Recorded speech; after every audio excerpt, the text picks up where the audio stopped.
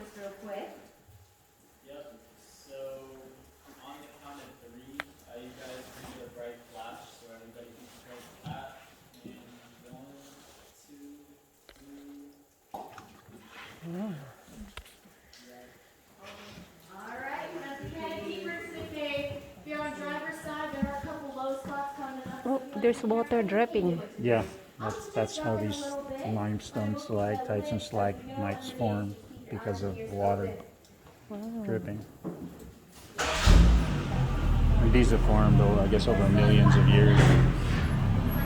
Wow.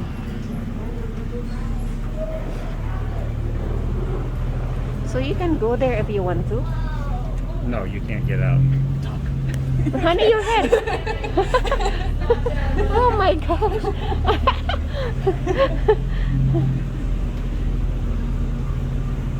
Ah, beautiful.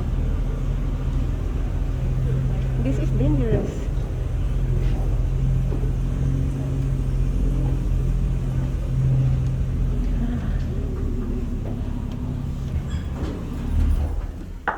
Alright, here we are inside the cave. Now in every cave system, there are 3 zones. Where we entered is called the entry or light zone. Over there where it gets dark is called the dark zone. And where we are right now is what we call the twilight zone. And we call it the twilight zone because it's where we have the light and the dark meeting. Now if we didn't have a door in our cave, this is as far and the sunlight is going to come from the outside. This is also as far as little animals are going to come if they come in looking for food or shelter. So if a little raccoon or something came in here to give up this far, look into the darkness and it's not Grabe, paano kaya sila nag... Paano kaya nila ito ginawa? So you can either stay here in the twilight zone where you'd be able to find his way out, or you would just take his bushy little tail on out of here. Now, does anybody know the type of food that might be able to grow in the soil of a dark, damp cave? What we have right here is one of the original mushroom beds that were placed in here in the 1930s. Now, during that time, it's the Great Depression. So the owner of the cave was having a tough Mushroom time making bed. ends meet, decided to grow a whole bunch of button mushrooms down here. Because since mushrooms are fungi, they don't need any sunlight to grow. So a cave is a great place for them to grow. So he grew a whole bunch of little button mushrooms. Whenever they sprouted, he collected them, took them to towns, including Springfield, where he sold them at local farmers markets and to restaurant owners. And that's how he got his family through that really tough financial time. Now, obviously, there's no mushrooms growing here right now because in order to keep them growing, we'd have to bring bag upon bag of horse manure down here. And I don't think anybody on any tour ever would want to smell that in an enclosed space. So you're welcome, there's no mushrooms down here. But from down there, we look to the ceiling and see tiny little formations starting to drip down that we call soda straws. And we call them soda straws because there's a hole in the bottom of them that goes all the way up, kind of like if we took a straw and just stuck it in our ceiling. So these are baby formations of what will someday become much bigger. And at our next stop, I'll show you what those little guys might grow up to be one day, as well as some of the other formations. Ooh. Look at that.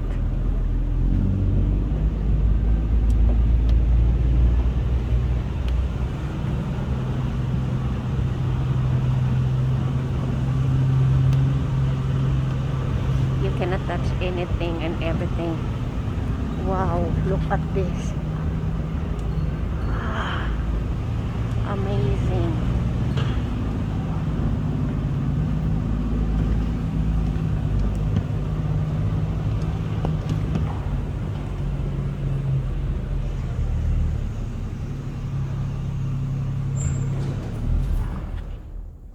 Alright, here we are in the auditorium area of our cave.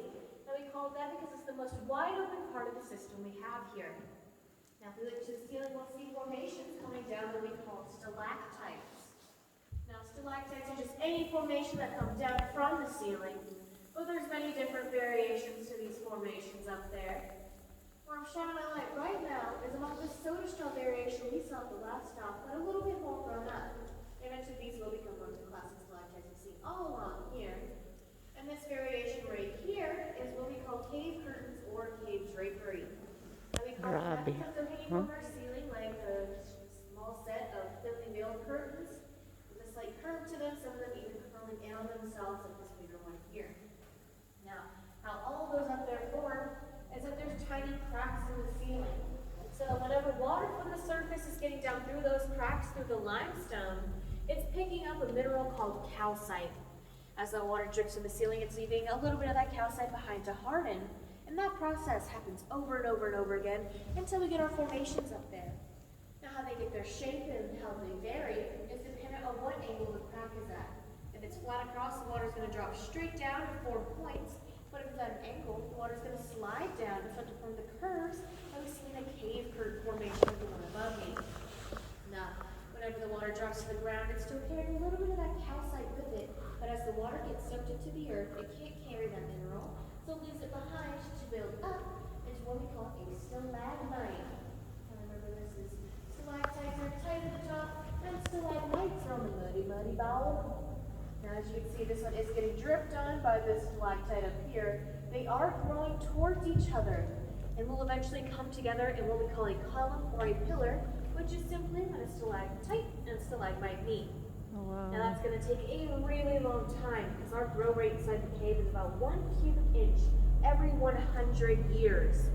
So if you guys happen to be in the area in 100 years, you want to take another tour with mine. The only thing that's going to look different is that.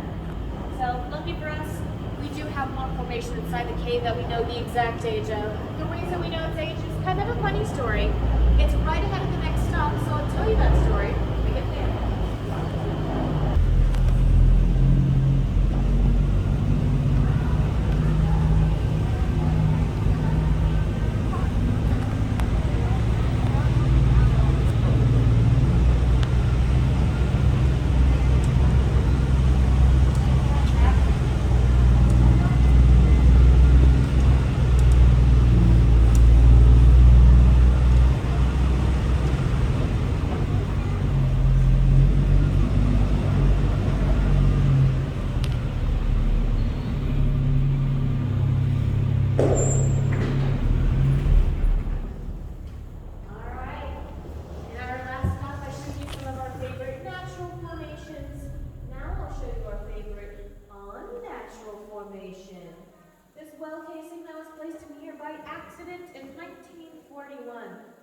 So where we're located right now is whenever you guys go back out to your cars in the parking lot, look across the street to the hillside a little bit, you'll see a couple of orange traffic cones and that kind of thing. We are 92 feet into the earth at this point across the street. So, in 1941, our neighbors there across the street were building a house. They wanted to put a well in, so they contacted the cave and said, hey, can we put a well in? And they said, yeah, just make sure you don't get it in my cave. So they spent a couple of days measuring to make sure that they didn't get it in the cave. And guess what? Got in the cave. This was supposed to be about 10 feet without the wall, and as the drill bit came down 92 feet, fell asleep 20. The owner of the cave decided to let them keep drilling because it might cause more harm to try to dig this thing out than it is for it to keep going. So they continued drilling for about 50 more feet until they struck water in our underground riverway system we have here. Now I'll talk more about that riverway system at a future stop. I'd like to point this out, even though it's not a working well anymore.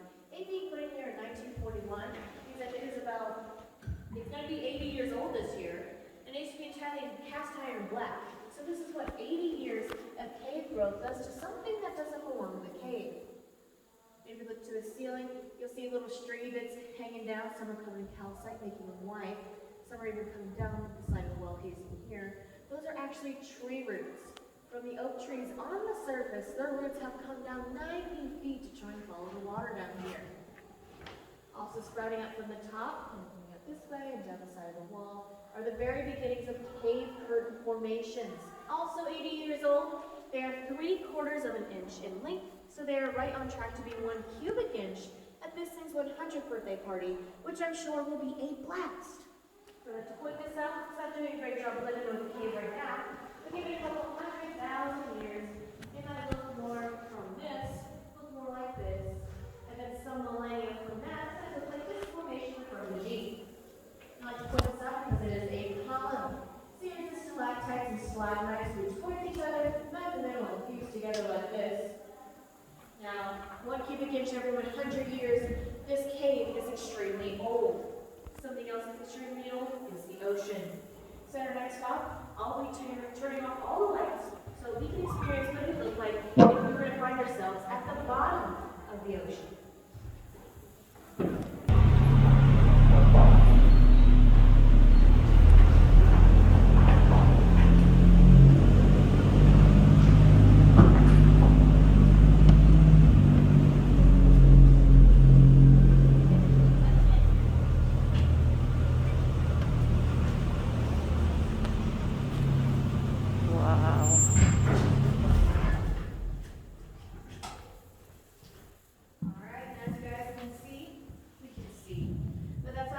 how it is in the dark zone of the cave.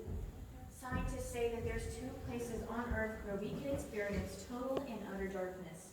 One of those is at the bottom of the ocean, and the other is in the dark zone of the cave. And lucky for us, we are in the latter and not the former. So in a couple seconds, we'll be turning all the lights so we can experience this darkness. So any electronics or anything, or any of those shiny stump them, light 'em up shoes, don't stomp your light up shoes, and keep those cell phones and everything tucked under your leg so we can experience total darkness.